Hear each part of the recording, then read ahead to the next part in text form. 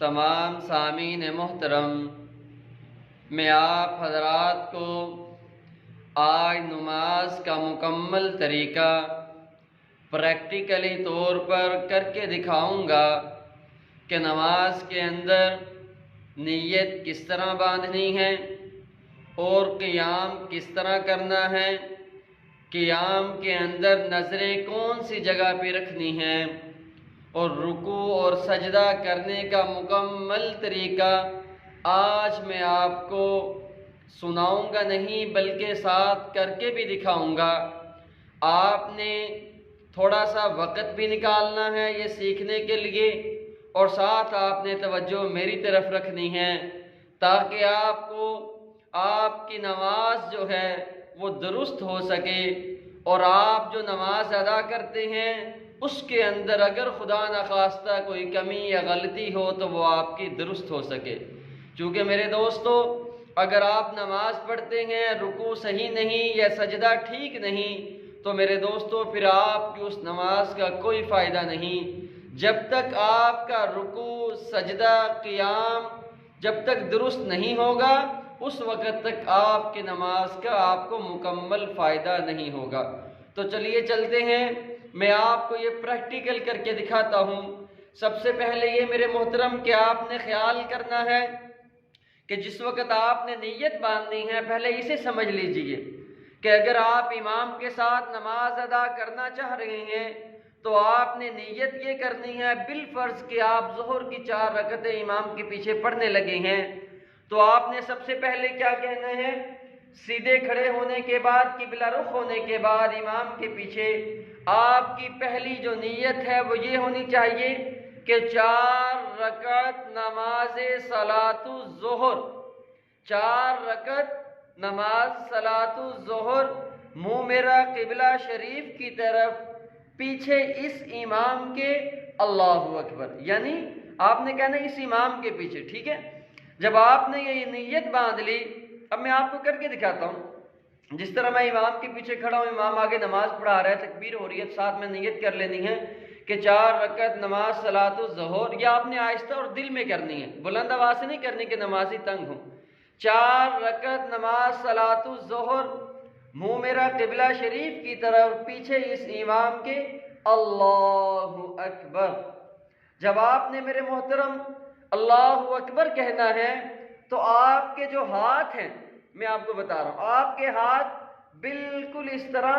درمیانی حالت میں، نارمل حالت میں ہونے چاہیے، نہ آپ کے ہاتھ یوں سیدھے ہوں، نہ ہی آپ کے ہاتھ جو ہیں سیدھے ہونے کی بجائے یوں ہوں، بلکہ جو آپ کے ہاتھ ہیں وہ درمیانی حالت میں، نارمل جس طرح عام روٹین میں ہاتھ ہیں، آپ نے یوں کیا اللہ اکبر۔ یہ کانوں کی لو تک جو ہیں، یہ انگوٹھے ان کو ٹچ کریں اور آپ نے نیت باندھ لینی ہے اللہ اکبر۔ جب آپ نے میرے محترم نیت باندھی تو اب آپ نے یہ خیال رکھنا ہے کہ ہاتھ جو ہیں، یہ 3 انگلیاں جو ہیں یہ آپ کی کلائی کے اوپر آ جائیں، اور یہ چھوٹی انگلی جو ہے یہ کلائی کے نیچے اور یہ انگوٹھا اوپر، اس طرح آپ نے اللہ اکبر یہ نیت باندھ لی۔ اب میرے محترم آپ نے اگلا خیال یہ کرنا ہے، نیت باندھنے کے بعد آپ کی نظر سجدے کی جگہ پہ ہونی چاہیے۔ اب کئی میرے محترم دوست جو ہیں وہ نیت باندھنے کے بعد دیکھ رہے ہوتے ہیں اس طرح آنکھوں سے کہ کون آ رہا ہے، اچھا اس نے سنتے بھی نہیں پڑھی، یہ واپس جا رہا ہے، یعنی ان کی نظر ہوتی ہے کہ کوئی آ رہا ہے یا جا رہا ہے، وہ ان کی طرف دیکھ رہے ہوتے ہیں۔ اس سے میرے نبی علیہ الصلوۃ والسلام نے منع فرمایا۔ جب آپ نماز پڑھ رہے ہیں، قیام کی حالت میں ہیں، آپ کی نظر سجدے کی جگہ پہ۔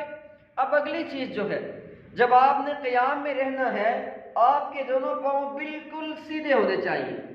آپ کے پاؤں اس طرح یا آپ کے پاؤں اس طرح بالکل نہیں ہونے چاہیے، بلکہ اس طرح ہونے چاہیے، اور بالکل آپ کی جسامت کے لحاظ سے ان میں اتنا فاصلہ ہونا چاہیے، نہ آپ یوں کریں نہ آپ یوں کلوز کریں، بلکہ درمیانہ تقریباً 1 بالشت اور اس سے تھوڑا سا زیادہ فاصلہ ہونا چاہیے کہ جس سے آپ آسانی سے کھڑے ہو جائیں۔ جب آپ کھڑے ہوئے، نیت آپ نے باندھ لی، آپ کی نظر سجدے کی جگہ پہ ہے، تو یہ آپ کا قیام کرنے کا بالکل درست طریقہ ہے۔ اس طرح اب اس کے بعد اگلا جو سٹیپ ہے میرے محترم، وہ آپ نے رکوع میں جانا ہے۔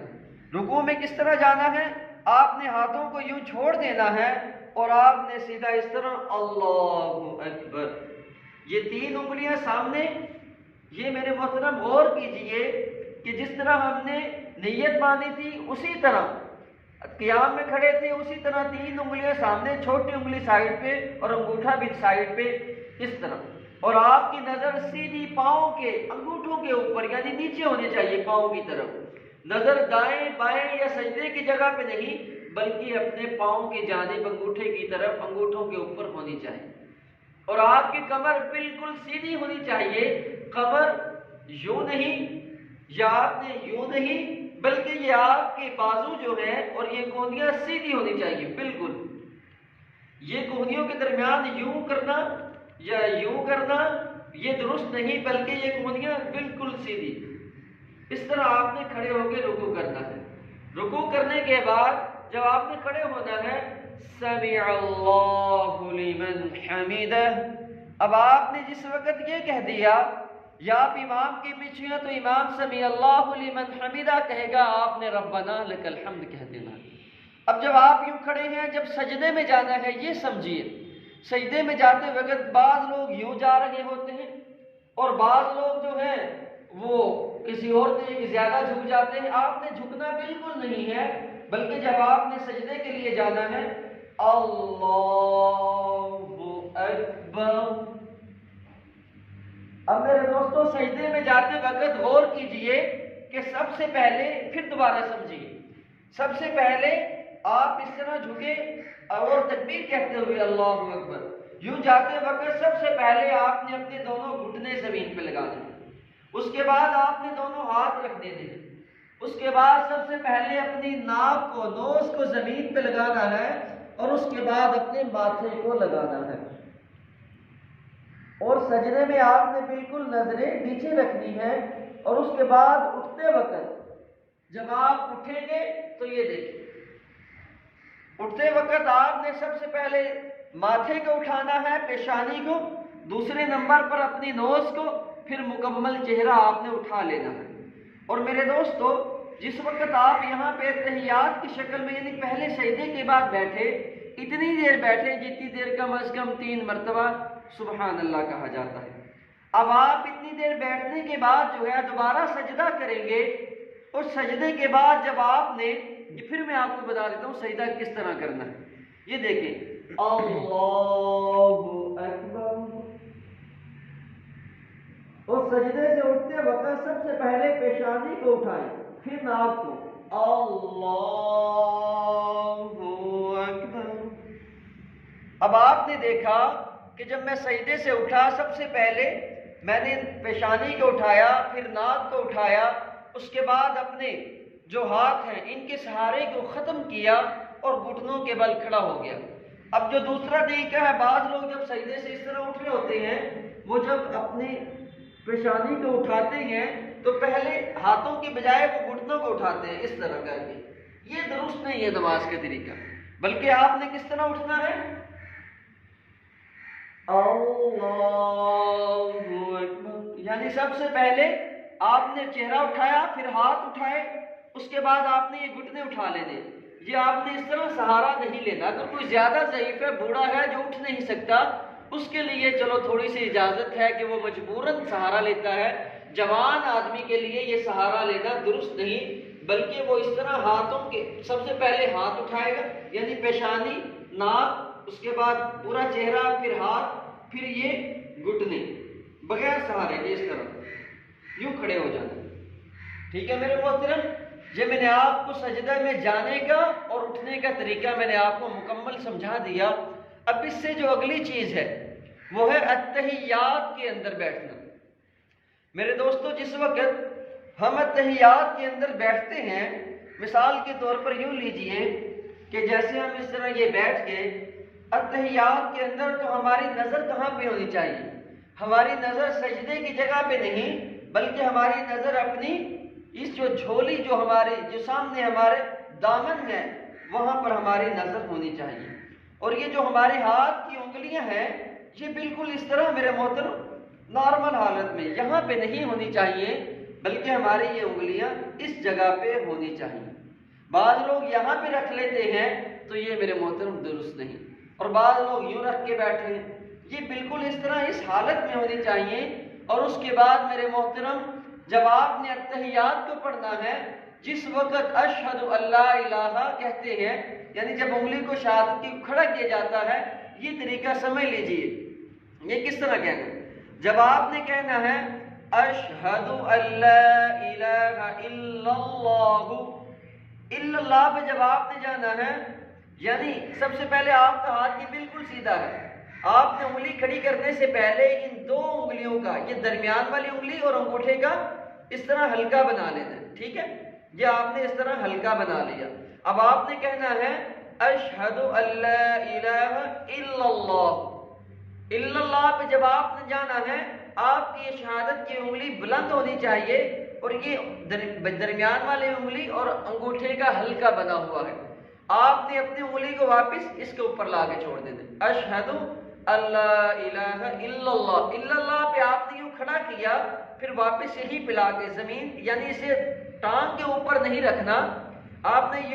یوں کیا، سیدھا یوں نہیں رکھنا، بلکہ یہاں سے یوں، اس کو اور اس کے انگلی کے اور اس کے درمیان فاصلہ رہنا چاہیے، یعنی جس وقت آپ یوں کھڑا کریں گے انگلی کو، اس سے پہلے آپ نے یہ ہلکا بنا لینا، ٹھیک ہے، دونوں انگلی کا اور انگوٹھے کا۔ پھر اشہد اللہ الہ الا اللہ، الا اللہ پہ کھڑا کیا، پھر واپس لا کے یہاں پہ چھوڑ دی۔ اس طریقے سے آپ نے انگلی کو کھڑا کرنا ہے، جب تک آپ سلام نہیں پھیریں گے یہ آپ کی انگلی اسی حالت میں رہے گی۔ یہ میں آپ کو بڑا آسان بھی اور وہ مکمل وہ طریقہ بتا رہا ہوں جو بالکل ایک نماز پڑھنے کا سنت طریقہ بھی ہے، اور ہمارے علماء اسی پر اتفاق بھی کرتے ہیں۔ یعنی یہ وہ طریقہ ہے جو میں نے علماء سے سیکھا، اپنے اساتذہ سے سیکھا، اور وہ پھر میں آج آپ کے ساتھ اس لیے شیئر کر رہا ہوں تاکہ میرے بھائی کو کہ جو ابھی تک اس طریقے سے ناواقف ہیں یا انہوں نے ابھی تک کسی سے سیکھا نہیں ہے، تو کہیں ایسا نہ ہو وہ نماز پڑھتے رہیں اور ان کی نماز درست نہ ہو۔ اب آپ نے جس وقت یہ اس طرح اشہد اللہ الہ الا اللہ کے اوپر انگلی کھڑی کر لی، تو اس کے بعد میرے محترم اب آپ نے کیا کرنا ہے، جب سلام پھیرنا ہے، یہ میں آپ کو آخری بات سمجھا رہا ہوں کہ جب آپ نے سلام پھیرنا ہے وہ کس طرح پھیرنا ہے۔ جس وقت امام کہے گا السلام علیکم ورحمۃ اللہ، آپ کی نظر جو ہے یہ بائیں کندھے کی جانب جانی چاہیے، نہ کہ آپ السلام علیکم ورحمۃ اللہ کے پیچھے کتنے نمازی، 2 صفحے ہیں، کل تو زیادہ تھی، یہ آپ نے نہیں کرنا، نمازیوں کو نہیں گننا۔ اور جب آپ بائیں جانب دیکھیں السلام علیکم ورحمۃ اللہ، پھر آپ کی نظر بعض نمازی یوں دیکھ رہے ہوتے ہیں، اچھا میرے ساتھ تو میرے دوست بھی نماز پڑھنے آیا تھا، وہ تو پیچھے نظر ہی نہیں آ رہا، پہلے اس نے ادھر دیکھا، پھر اس نے ادھر دیکھا کہ وہ تو نظر ہی نہیں آ رہا، چلو وہ باہر ہوگا، یا وہ مسجد سے باہر رہ گیا، یا وہ سگریٹ پی رہا ہے، کہ وہ تو میرے ساتھ آیا تھا، وہ اس طرح کی باتیں سوچنے لگتے ہیں۔ ان کی اسلام میں پرمیشن نہیں ہے۔ اسلام میں جو نماز کے طریقہ ہے وہ یہ ہے، جب آپ سلام پھیریں کس طرح پھیرنا ہے، دوستوں کو نہیں دیکھنا، نمازیوں کو نہیں گننا، بلکہ آپ نے اپنے دائیں جانب کندھے کے اوپر نظر ڈالنی، سب سے پہلے سیدھے دیکھ رہے ہیں۔ اگر آپ اکیلے ہیں تب بھی امام کے ساتھ ہے، تب اکیلے میں آپ کو سمجھا دوں السلام علیکم ورحمۃ اللہ، صرف گردن پھیر رہی ہے، آپ نے یوں نہیں پھیرنا، کندھے نہیں پھیرنے، ورحمۃ اللہ کندھے کی جانب نظر دی، السلام علیکم ورحمۃ اللہ۔ اگر آپ امام کے ساتھ ہیں تب بھی آپ نے غور کرنا ہے کہ امام کس طرح، جس طرح امام سلام پھیرتا جائے آپ نے پیچھے پیچھے، امام کہتا ہے السلام علیکم ورحمۃ اللہ، اس کے ساتھ آپ نے پھیرتے جانا ہے۔ یہ نہیں کہ امام ابھی کہے السلام علیکم آپ یوں دیکھ رہے ہوں، اور امام، بعض لوگ ایسے کرتے ہیں کہ امام جو ہے السلام علیکم پہ ہوتا ہے، وہ یہاں پہ ہوتے ہیں، پھر امام دوسری جانب ابھی اس کا چہرہ سیدھا ہوتا ہے، وہ یہاں سے آ رہا ہے السلام علیکم، اور دوسرے یوں کر کے اس طرح ہاتھوں کو باندھ کے دیکھ رہے ہوتے ہیں۔ میرے محترم اس طرح نہیں، بلکہ آپ نے کیا کرنا ہے، امام کے ساتھ ساتھ آپ نے چہرہ پھیرنا ہے۔ جب امام دوسری جانب جائے گا